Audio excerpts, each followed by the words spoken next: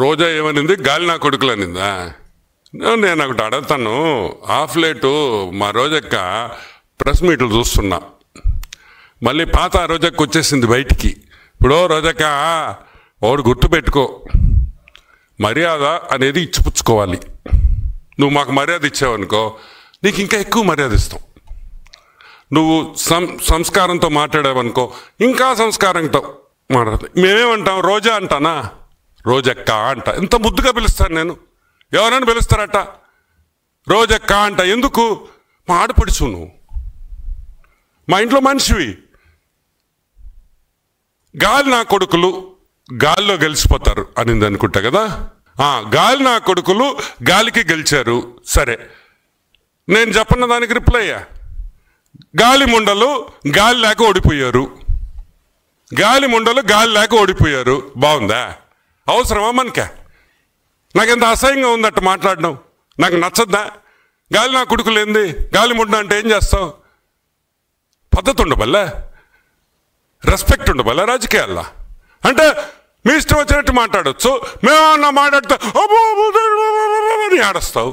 ఏంది మే? ఏడ్చే ముందర ఒకసారి ఆలోచించవా? నేను మాట్లాడితేనే కదా వాళ్ళు మాట్లాడిందనే. ఏందా ఏడుపులేంది? నువ్వు మాత్రం ఊర్లో అన్నం తిట్టచ్చు. గాలి నా కొడుకులేంది?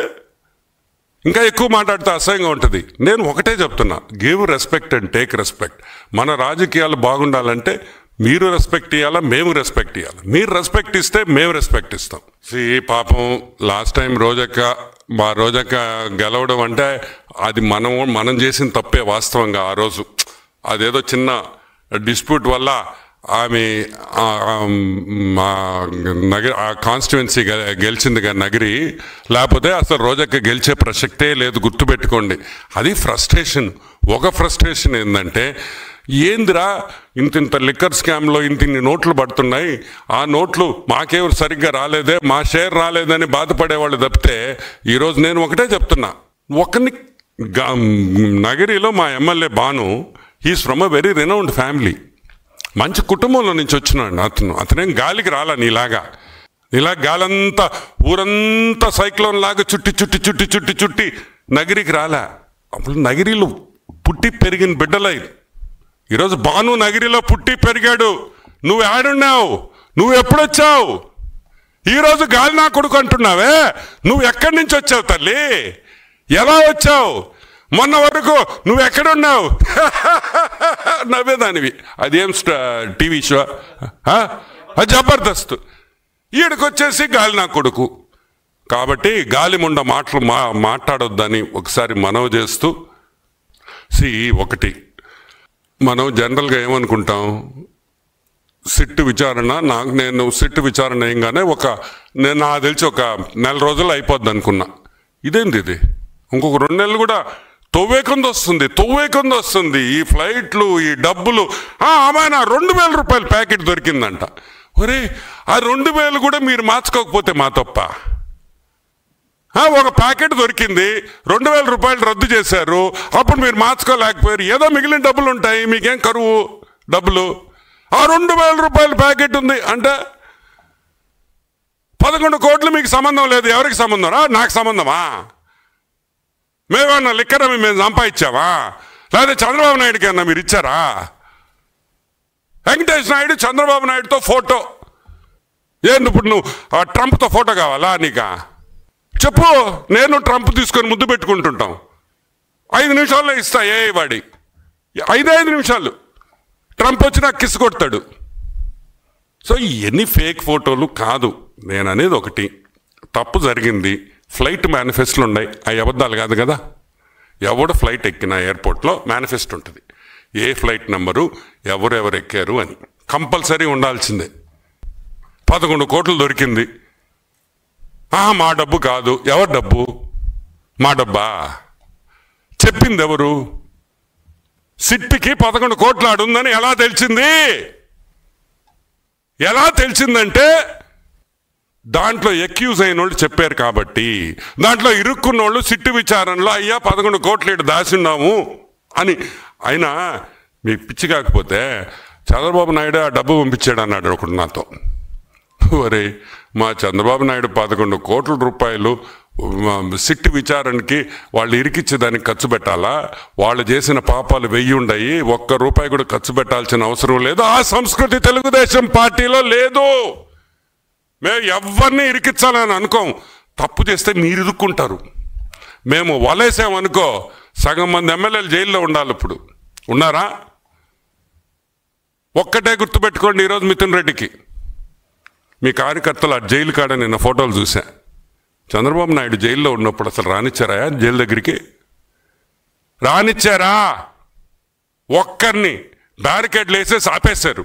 కానీ ఈరోజు that is Telugu Desam, that is Telugu Desam, that is Telugu Desam party.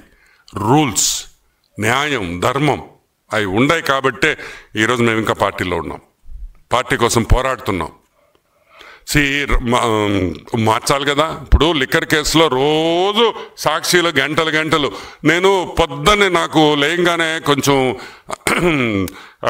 డల్గా ఉండేననుకో, ఏం చేస్తుంది తెలుసు మీకా? 7 గంటలకు సాక్షి ప్రోగ్రామ్ ఉంది చూడు, కొమ్మినేని. ఇది అబ్బా ఏమి చెప్తాడో మా కొమ్మినేని అంకుల్. అబ్బా అసలు అది చూస్తుంటే బాగా జోష్ వచ్చేస్తుంది. డల్ అయిపోయిన అంత నవ్వుతా నేను. ఏం చెప్తాడంటే అతను నిజంగా అంత కామెడీయే, ఒక్క నిజం ఉండదు దాంట్లో. ఆమె ఎవడో ఫోన్ చేస్తాడు, ఫోన్ ఇన్, వాడు ఏమైనా పొరపాటు మాట్లాడితే కట్ అయిపోతుంది, వాడు ప్రోగా మాట్లాడితే వినిపిస్తాడు. సో నేనేమంటానంటే ఈ జస్టిఫికేషన్స్ వద్దు. అయిపోయిన సినిమా, మీరు ఇరుక్కున్నారు. దయచేసి వచ్చి తప్పు అయిపోయిందని క్షమాపణ అడిగి జైలుకి పోయేసి న్యాయ వ్యవస్థ ఏ శిక్ష ఇస్తే ఆ శిక్ష అనుభవించేసి రాండి, మళ్ళీ రాజకీయ ప్రవేశం చెయ్యండి. మేము వెల్కమ్ చేస్తాం, ఎవరిని మేము దూరం చేయడం. మనం అందరం ఒకటే, ఒక కుటుంబం. పొలిటికల్గా మీరు వైసీపీ అయ్యుండొచ్చు, మేము టీడీపీ అయ్యుండొచ్చు, వీఆర్ నాట్ ఎనిమీస్. డెఫినెట్గా ఇప్పుడు ఇప్పుడు అక్కడ ఏమవుతుందంటే, ఇదిగో సపోజ్ ఈ లిక్కర్, ఇప్పుడు ఈ లిక్కర్ అని ఎత్తేసారు. ఇప్పుడు ఈ బ్రాండ్స్ ఎక్కడైనా దొరుకుతున్నాయా మీకు?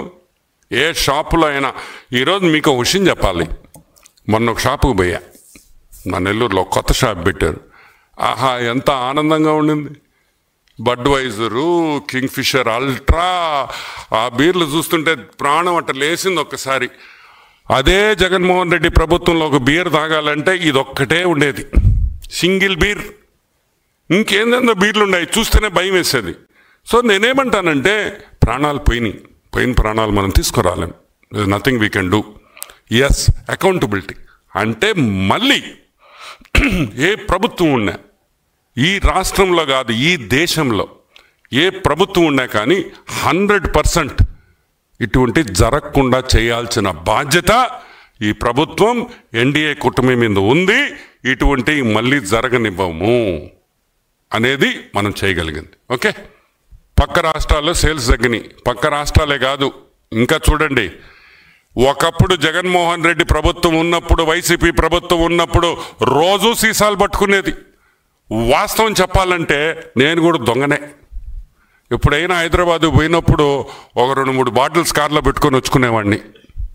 నిజం చెప్పాలి కదా, దొరకలేదనుకో, దొరుకుంటే బొక్కలో వేసేవాళ్ళు, అది వేరే విషయం. కానీ నేను కూడా తెచ్చుకున్నా.